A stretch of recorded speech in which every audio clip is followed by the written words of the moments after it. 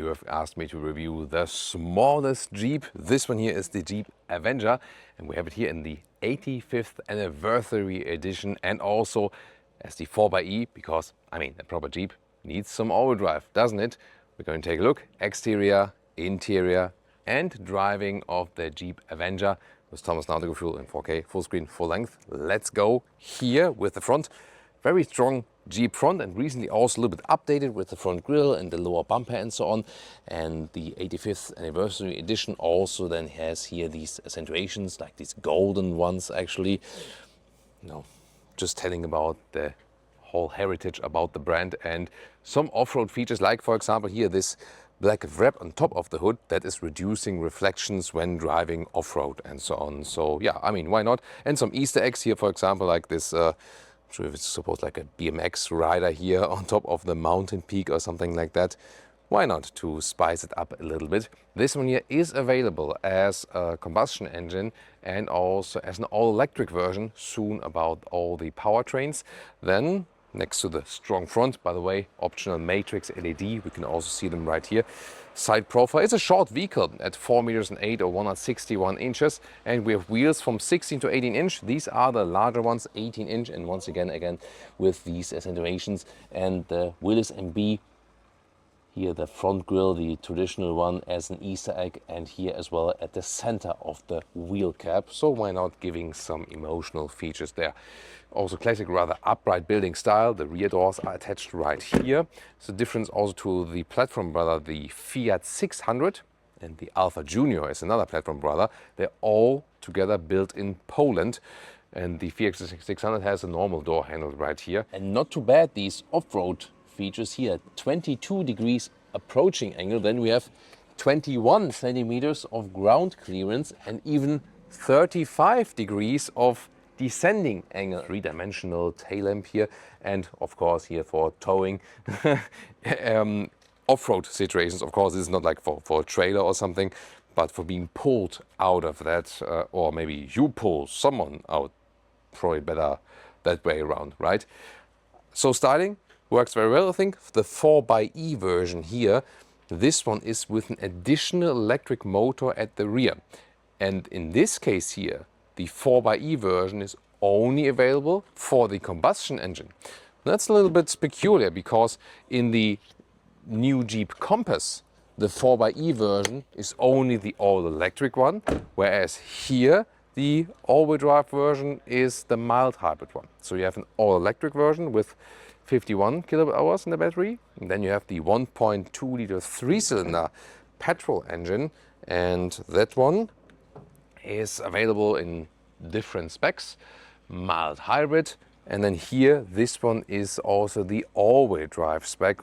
As I said, additional electric motor in the rear, here also nicely dampened underneath, and this is also in the quickest spec, which is then below 10 seconds in the acceleration figure. We'll of course drive that one here today, and since we last time drove the little bit weaker horsepower one from the Fiat 600, we also can compare that a little bit. And you know, we are a channel of details here, and there was one specific length detail I've been examining in detail indeed.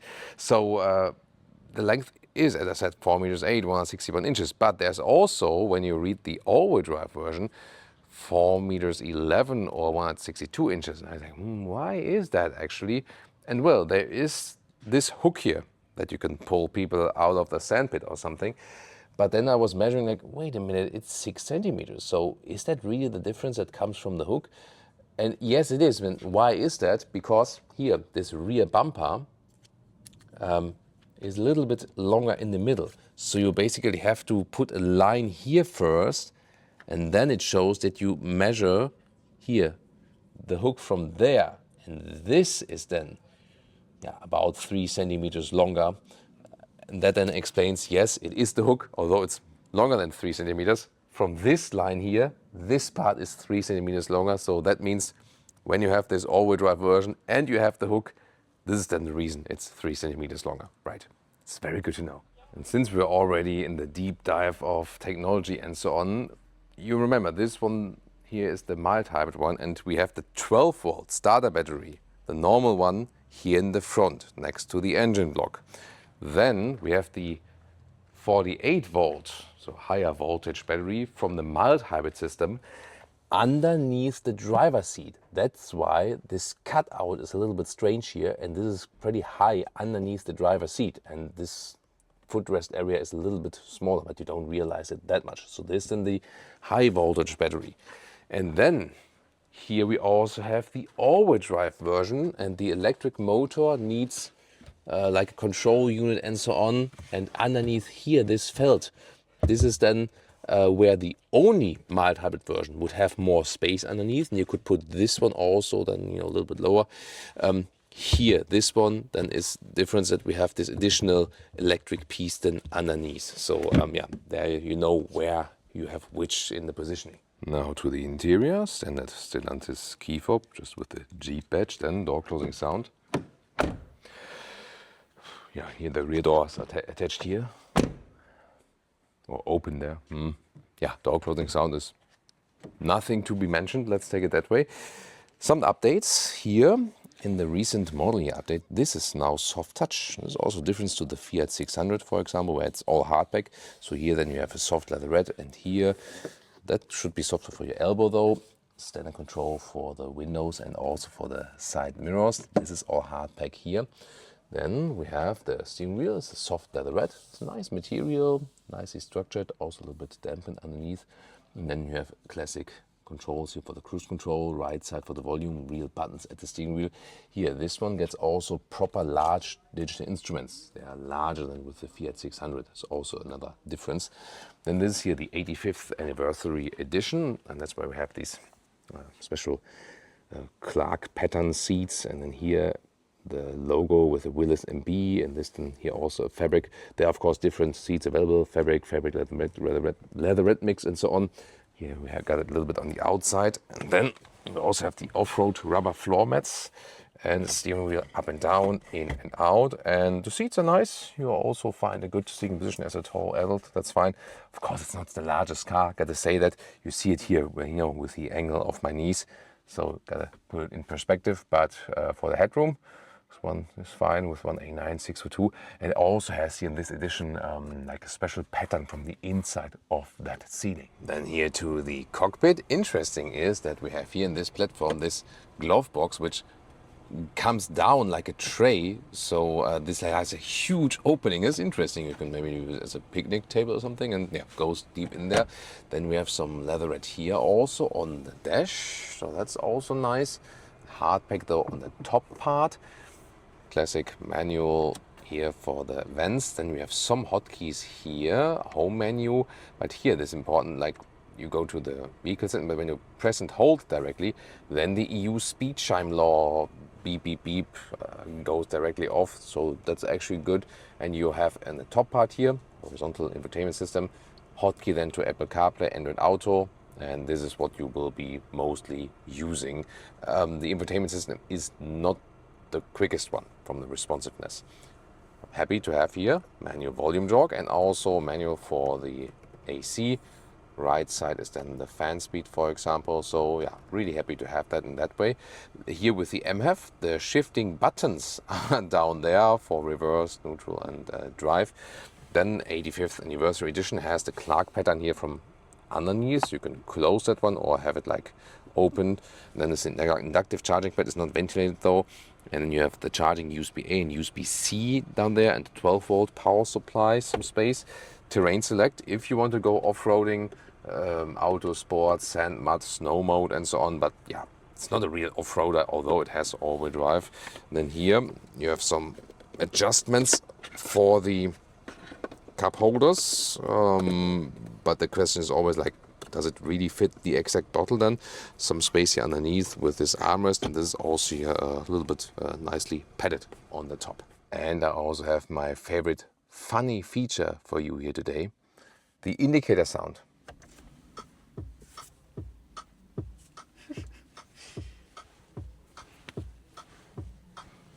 Yeah, it's like the DJ is turning up the bass or the beat drum. You've maybe also seen like a short reel from us about this. It's the hazard lights, and it's also the turning indicators. At least when the ignition is on.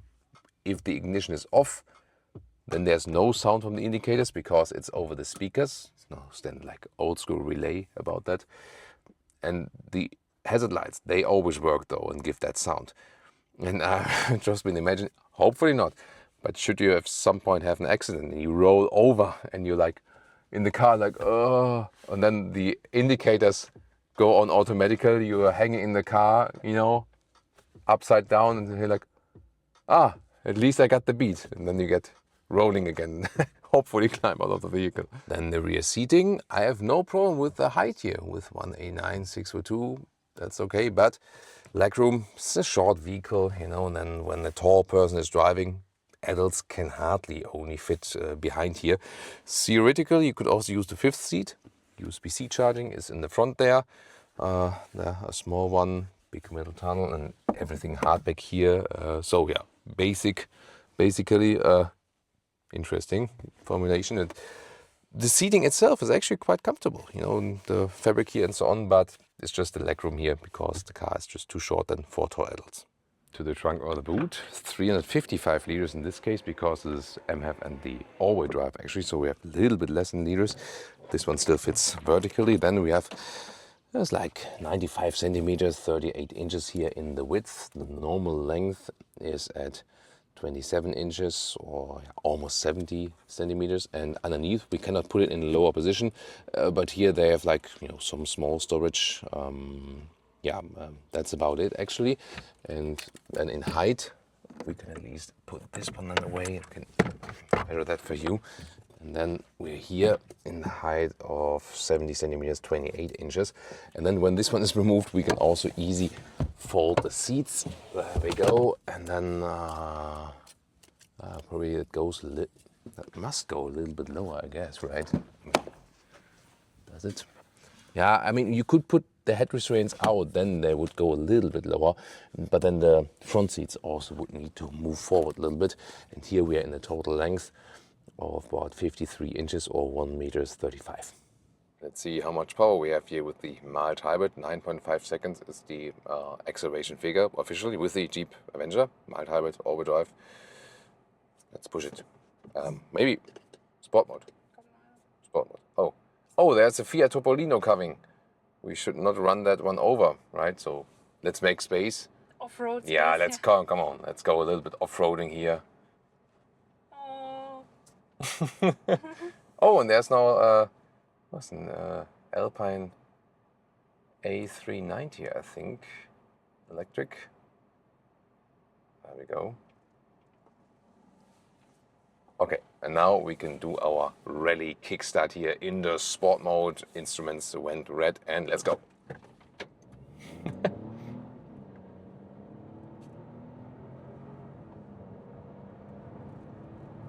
Nice, that was 0 to 90 kilometers an hour. It's actually not too bad, right? So 9.5 seconds is the official figure, as I said, but this is decent and also quicker than with the version to the very base version we had with the Fiat 600 with the manual. And yeah, we can go back to the normal auto mode here. So there we go, and let's go to public roads. See about the steering and suspension and so on. So here we have the beat indicators. They are not that audible here when also the AC is running and so on, but you do hear them, you know, and you definitely feel the beat. Here in the roundabout, you already feel it's more like a there's the beat again. Yeah. So steering is very light. Is it? Let's see here. Maybe a little bit more resistance in the sport mode, indeed. Yeah, but light overall. Nice material. It's also a small, compact size. You can well control it. And when I try to shake up the vehicle, yeah, it gives it gives a little bit Jeep off-road vibes, indeed. So you feel that the suspension setup should be comfortable. We do have the 18-inch wheels here, so the largest wheels. But it's not that they would be rough or bumpy or something. And here we can do some countryside road tests. So we can now go to 100 kilometers an hour, 60 miles an hour. do a first test of the insulation and so on. Yeah, I mean the engine sounds a little bit working, but only when you really push it. Otherwise it's smooth. Also with this MF system here at 100 kilometers an hour, 60 miles an hour, it drives nice, drives smooth, and it's also not too loud. It is similar in the driving to the Fiat 600. I do have the feeling we sit a little bit higher here somehow, so it has a little bit more Jeep touch to it, definitely. And I mean, now with the update, we also have like the soft touch at the inside of the door, so a little bit more quality feeling. The rear view camera has a better resolution, for example, so some small deals. 0.9 kilowatt hour in the battery. Do we also have from time to time some electric moments? When I go off the throttle, it also goes into the charge mode, so we can regenerate some energy. We'll also see how it is then from the consumption then at the end of our test drive. It feels nice and light and agile here in the city, and maybe you think because the interior is maybe not the most fancy one and so on, that's also not so special in driving, but we realized it already with the Fiat 600 that this small platform here actually drives very well. It feels agile and light, and it is fun to drive. That the other Jeep models, they always promise you the off-road capabilities or like this rugged look on the exterior and so on. This one is more about being a city vehicle, definitely, but it's not that uncomfortable, so you can also do some longer journeys with it. And this one gives you indeed more driving fun because it is so small, compact and light, and that's actually a cool thing about it. Yeah, you feel also when you have some waves that the suspension is rather soft, but it's totally fine. From a Jeep you expect the suspension to be a little bit more off-roadish, a little bit more forgiving, and you don't want this sportiest character in driving, so that's actually fine. The MF system always helps you a little bit also, when you push it. The rear axle is of course most active when there is slip in the front, when you are in these off-road modes, and it always is only active up to a speed of 90 kilometers an hour. Above that, it's front wheel drive anyway, and also the majority of the power will always come from the front wheels, so it won't change the driving characteristics that much, but it's there basically when you need it. So it's mainly something when you say, hey, maybe in the winter time, I live in a region where there's a lot of snow or the ice, and you need to get up a hill quite often. And then it's probably helpful. For most others, it will not be the crucial factor, definitely. But I really like the smooth and fun driving experience here with the Jeep Avenger, and this is the same, almost what I said with the Fiat 600. They are also, at least in the entry price, pretty similar indeed. This one here, of course, when you get that the all-wheel drive as well, then it goes higher when you are in the higher trim levels, that you definitely pay much more money. And here, for example, now, again, goes to charge when we go a little bit downhill. So I'm looking forward to see also in the comparison with the same engine with the Fiat 600 with the manual gearbox, what we end up for the consumption and at the end of this driving part. And still to come is also some part of German Autobahn. And German Autobahn, let's go one more time, sport mode, 82. 100. 120. Yeah, you see that when you are already at speed, it takes time from zero. It's nice, you use the low weight of the vehicle, then it's actually fine. But when you're already at speed and go even further, then the small engine is just as, just limited basically. Up to 100 kilometers now, it's actually nice. Here from 120, 130, it gets quite loud in here. So that's not the main focus of that vehicle, definitely. Yeah, now we had 130 kilometers an hour, 80 miles an hour. There's significant wind noise here, like from the A-pillar and so on. Maybe it's still not too bad, but not the most pleasant feeling. Suspension-wise, you also feel a different setup here. So definitely the Jeep Avenger is softer in the setup in comparison to the Fiat 600 and also the Alfa Junior. They can go from Fiat, from Jeep to Fiat to Alfa, from like off-roadish, softish to sportier in the suspension setup. And It's astonishing how much difference that actually makes, because Leah also told me that she preferred as a passenger to be in the Fiat 600 because you don't fly around so much as a passenger, you know. So when the suspension here is way softer, then it really goes like more like back and forth, you know, especially in the corners. Here in the motorway, it's kind of like, okay, it's more going straight and so on, but the more corners there are, the passenger might feel a little bit irritated if you drive sporty in this Jeep Avenger then, because the suspension is definitely softer. But that's what the brand is also promising, this softer setup, more off-roadish in the feeling and so on. And I think it's also okay for that. You can go for the other siblings then if you actually prefer that in driving. But here when I'm going motorway, changes here like left and right, the lane changes, that's actually fine. It's more about when you are in this tight cornering scenario. Yeah, but here definitely with 120 kilometers an hour, 75 miles an hour, I think it's still okay. Everything above that gets a little bit unpleasant then with wind noise and so on. Assist systems, by the way, in the Fiat 600 we just had the basic cruise control. Here there's already, see here the green steering symbol here. Distance to the front is being kept as well, but the active lane keeping is not like a modern active lane keeping where you can just trust on it and the car steers you, because sometimes it doesn't hold you so much in the middle, and sometimes also, yeah, at the moment it's okay. Now here you can see it is steering. That's okay. I had moments before where it wasn't doing it properly, but here now, yeah, that's better. And I also had moments where the car was complaining. Yeah, there we go. Keep your hands on the wheel. So it's maybe not realizing it with capacitive control. You sometimes have to push it a little bit.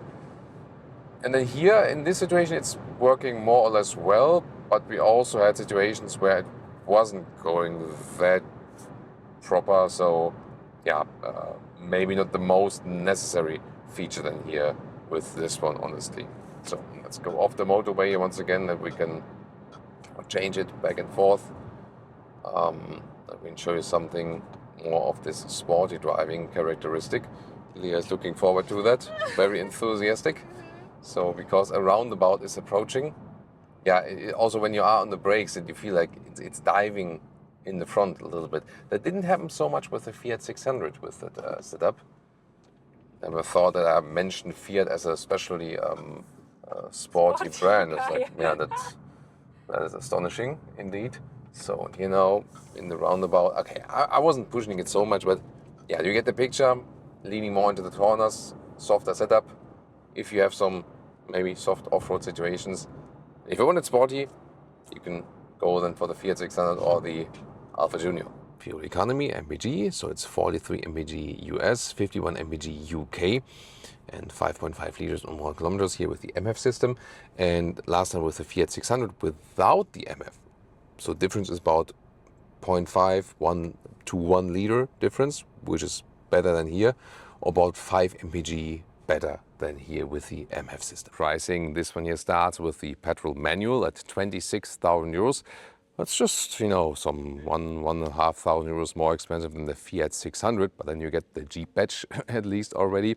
And as it stands here right now, as the mild hybrid all-wheel drive, the 4xe version, then also the top trim. You have here the 85th anniversary trim, but you can also go for a normal other different higher trim, and then you would pay for a highest spec here in the petrol version around 39,000 euros. What do you think about it? Is that worth here for the Jeep Avenger? And you can now compare the Fiat 600 or the bigger Jeep Compass.